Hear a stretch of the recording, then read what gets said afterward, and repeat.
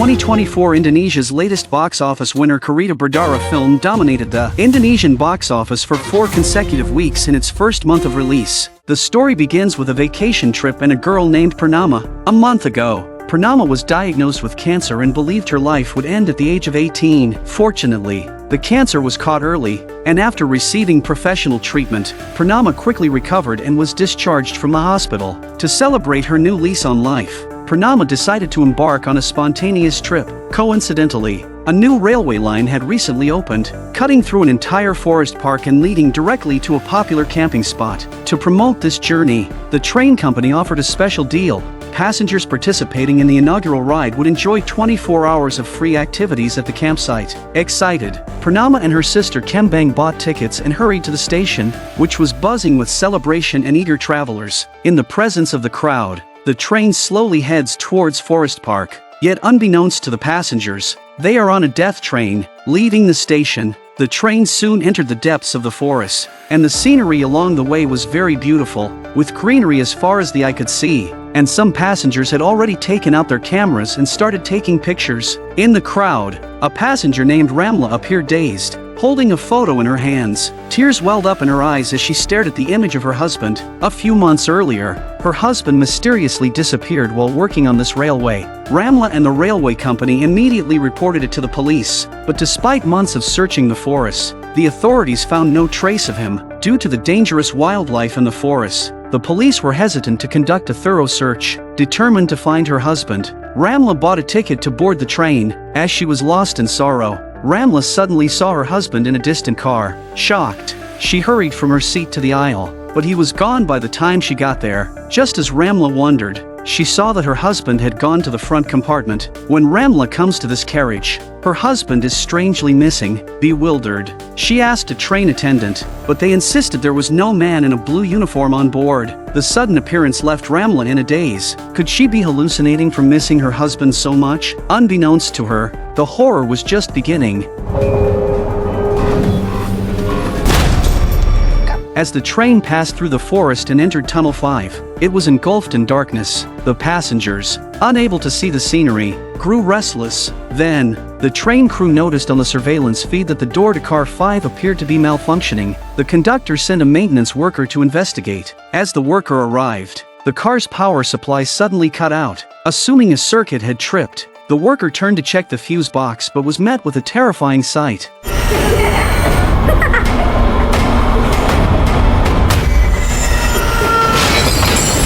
Before anyone could react, a strange hissing noise came from beneath the train, and the last car inexplicably detached, left behind in the dark tunnel. After using the restroom, Purnama and Kembang were about to return to their seats when they suddenly noticed the train car was gone. Confused, Purnama quickly found Tikin, a staff member. When Tikin learned that a car was missing, he was just as bewildered. He was about to report to the conductor when another man noticed the strange situation. Hearing the man's question, other passengers also sensed something was wrong. Tikin had to say that the linkage on Carriage 5 had malfunctioned and may have been left in the tunnel. Hearing Tikin's explanation, the passengers didn't think much of it. Assuming it was a routine malfunction, Tikin immediately reported the missing car to the conductor, who was puzzled. But the train's linking systems are locked, so how could any of the carriages be actively disengaged? He recalled the earlier malfunction and wondered if the maintenance worker had accidentally triggered the release switch while repairing it. The conductor instructed Tikin to calm the passengers while he tried to report the incident. However, when he picked up the phone, he realized that the communication line was mysteriously cut off. Just then, the train entered Tunnel 4. As soon as they entered the tunnel, a strange sound of laughter echoed through the car. Without waiting for the passengers to react, a man suddenly felt choked. He struggled for help, but felt a pressure on his body. A nearby passenger tried to help but felt the same sensation, as though something was choking him. The eerie scene terrified the other passengers. A journalist attempted to capture the moment on camera, but when he looked up, he saw a woman hanging from the ceiling.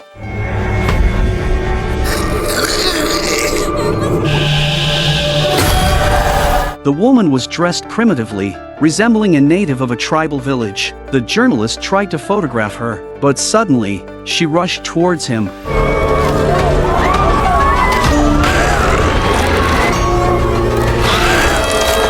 As they watched the man die tragically, the remaining passengers realized something was terribly wrong, but it was too late. They were all held in place by a mysterious force, unable to move, due to the unexplained separation of Car 5. Purnama and Kembang were relocated to Car 3. Tikan found the sisters and was about to explain the situation when Kembang witnessed a horrifying scene. To everyone's shock, Car 4 was left behind in the tunnel. Other passengers, who were dining, also noticed the anomaly. Tikan explained that it was a train malfunction, and they had reported it. The company will send a car to the rescue. However, the strange occurrences were far from over. This is an aristocratic carriage. It would be bad if a rich man found out. He quickly cleaned the moss with a tissue, thinking it was a mistake on the conductor's part. The official angrily confronted him. However, the conductor insisted that all the cars had been thoroughly cleaned before departure, and such a thing shouldn't have happened. Meanwhile, in Car 3, Purnama and the others noticed a pattern. Each time the train passed through a tunnel,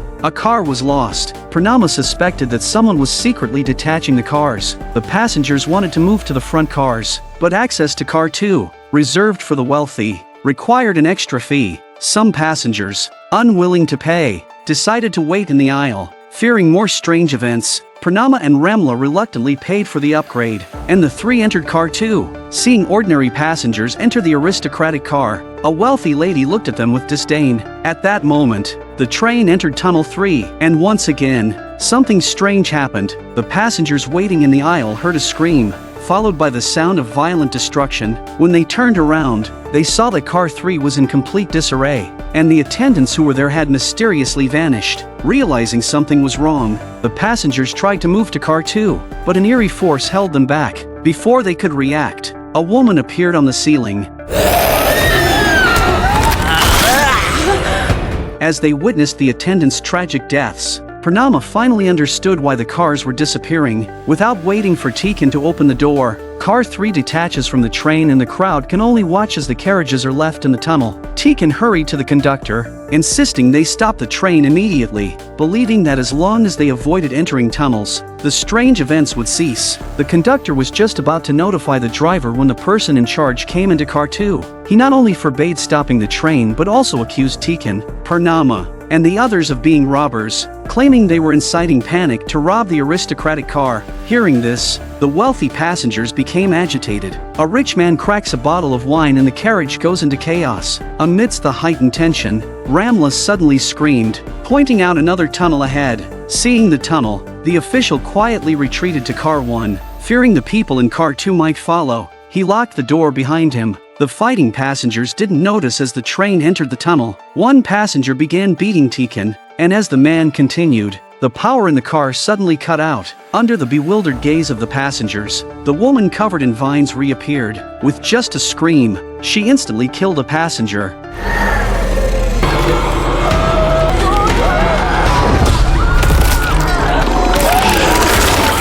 Purnama and the others, hiding in the aisle, tried to escape to Car 1, but the door was locked, preventing them from entering. Fortunately, the conductor opened the door, but in the blink of an eye, those left in Car 2 were all killed. As the train emerged from the tunnel, only Car 1 and the locomotive remained of the original 5 cars. At the same time, the sky was beginning to darken. The conductor approached the driver to try to stop the train, but the person in charge would not allow the driver to stop, and an argument broke out. With the help of the passengers, they managed to restrain the official and bring the train to a halt at the entrance of Tunnel 1. The angry passengers, suspecting the official knew something, demanded he explain what was happening. Under pressure, the official finally revealed the truth. It turned out that during the railway construction, they had destroyed a large portion of the forest to maximize profits. The local villagers opposed the destruction and protested to the railway company. One villager warned the official that an evil spirit resided in the forest and that harming the forest would anger it. But the man in charge didn't believe in these ghostly legends at all, and with a big wave of his hand the bulldozer went into the forest. Since then, strange occurrences had plagued the railway. A few months earlier, several workers, including Ramla's husband, had been brutally killed during construction. So as not to disrupt the opening, The people in charge squashed the weirdness and said that Ramla's husband and others were involved in an accident during construction, but as soon as the railway opened, the evil spirit returned for vengeance. Hearing the explanation of the person in charge, everyone figured out everything can stay in place and wait is not an option. Believing that the strange events only occurred within the tunnels, they decided to seek help. In order to get help, they were going to go over the tunnel on foot, which ended at the resort, and when they got there they could call the police for help. However, as soon as the group got off the train, they witnessed a horrifying scene. The evil spirit appeared at the tunnel entrance. She growled and a large number of vines stretched out all around her. In the blink of an eye, several members of the small group disappeared. Panic-stricken, everyone scattered in all directions, but the entire forest was the evil spirit's domain. Where could they possibly escape to? The scattered multitudes were soon dragged away by the vines, and the trial of those left in charge of the train came. The evil spirit pinches the head of the person in charge and the person in charge dies instantly. Hearing the screams from the forest, Purnama and Kembang could only tremble in a corner, but when Purnama turned around, she saw that Kembang had become a ghost. Panicked, Purnama tried to run, but she felt something holding her back. She found her body covered in vines. As Purnama was at a loss, she heard Kembang calling out to her. Looking up, she saw that Kembang had turned into a large tree. The tree was rapidly absorbing Kembang, and in an instant, she became part of it. At the same time, the mountain tunnel collapsed, and the deceased passengers turned into trees, blocking the railway. Just as Purnama thought she would also become nourishment, the vines around her suddenly disappeared, and the evil spirit vanished into the forest.